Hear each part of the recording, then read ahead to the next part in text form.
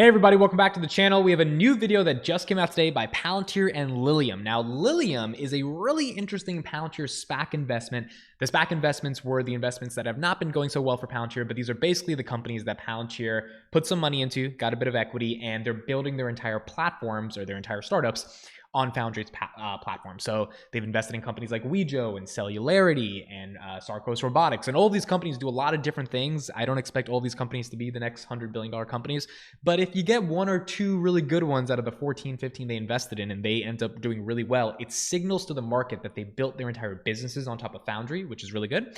And Palantir gets an equity stake in those companies, which is also really good. So without further ado, let's get into the video that just came out between Palantir and Lilium. It's called High Speed Electric Jets, and we're going to hear what they are talking about now and analyze it.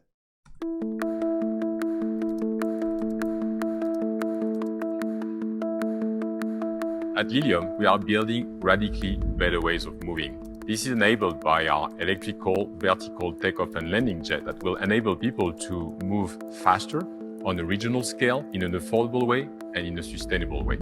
By the way, Lilium makes electric jets, so they're trying to have an entire different way of communication in the sky.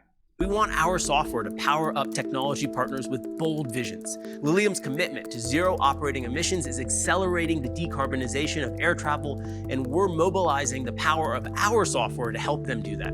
Foundry is a very powerful tool for us, but it also comes with an incredibly smart team who are helping us implementing and integrating this tool into our data ecosystem. Okay, now this is where Palantir gets called a consulting firm many times. We've done a lot of analysis on this. Palantir is not a consulting firm because a consulting firm gets paid for the consulting they do.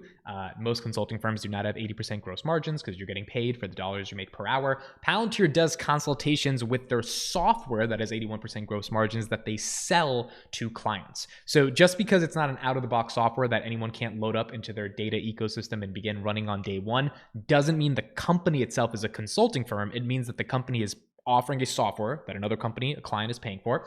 And in order to implement that software in a meaningful way, it might take a couple weeks or a couple months to really integrate it in a sophisticated way. Notice what Daniel, the founder and CEO of Lilium, also just said, is that Palantir's Foundry doesn't just come with an amazing software, but it comes with an amazing team of people to help coordinate and implement that software. That is why, we could argue the company has some excessive stock-based compensation, because to find those people that can figure out how to make an electric jet company with this bold vision of actually, having zero carbon emissions flying through the sky to be integrated on a data ecosystem that makes sense, that's a difficult thing to do. You've got to be a very smart person, which means you're probably going to be well adequately compensated for that. And that's sort of the overall thesis for why Palantir is not a consulting firm, but why they do consult with a lot of the software they sell. And those two things together make it beyond competition. With Foundry, Lilium can create a digital twin of their aircrafts as well as their business operations. For their aircrafts, this digital tool can capture information from design to supply chain, manufacturing, and eventually their flight service. For business operations, a digital twin can model the supply chain bottleneck or help users understand flight patterns to optimize routing. So at any given point of time, every single aircraft produced by Lilium will have its replica fully refined that we can draw upon to improve the reliability of the aircraft, to improve the quality of the aircraft, make it more affordable. So the digital twin thing is the really important part there. The fact that every single granular data point associated with the jet, from supply chains to all the different things they talked about, is replicated means that the company can make a data-driven decision looking at the data because of the digital twin that Foundry has connected within Lilium's enterprise, and then be able to figure out how to make it even better. That is where the value, the time to value, comes for Palantir's software, and that is what ultimately they do to be able to help a lot of different companies across the entire world. That digital twin really is everything. Building an entire data ecosystem around our airplanes and service, and we want to use every piece of data and every sensor to generate value for our customers. We understand the importance of reliable decision-making at the edge. Our edge offerings directly address the capabilities Lilium needs to scale and operate seamlessly across edge devices. Our Edge Stream capability allows Lilium to run mission-critical data processes unaffected by low cloud connectivity or unstable internet access. Long-term, we believe that this will open an entire new world of data-based services to our customers. We are at the very beginning of our journey with Palantir. We are very excited about the future prospect of what we're going to build together.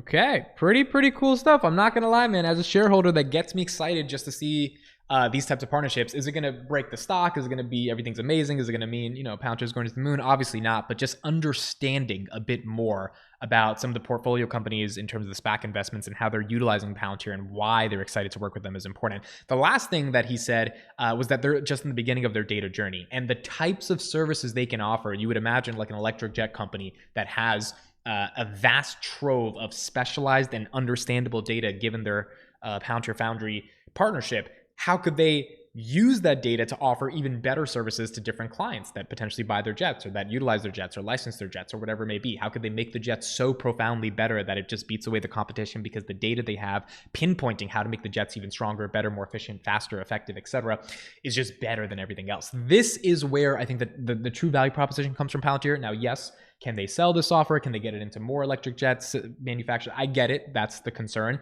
But if very few companies can do what Palantir is doing for Lilium, that is where you have a 0-to-1 differentiated moment. And that's what I am a shareholder, and I think a lot of other shareholders are betting on. That if other companies, the data companies of the world can't do what Palantir is doing for Lilium, then there's a unique value proposition there that probably can't be replicated, and eventually will find its exponential scale over time. So those are my thoughts. Thank you for listening and watching. Hope you appreciate watching this video and the commentary around Palantir and Lilium. Let me know your thoughts in the comments. If you like Lilium, if you like Palantir's combination with Lilium, how do you think it's going to work? And I'll see you in the next one.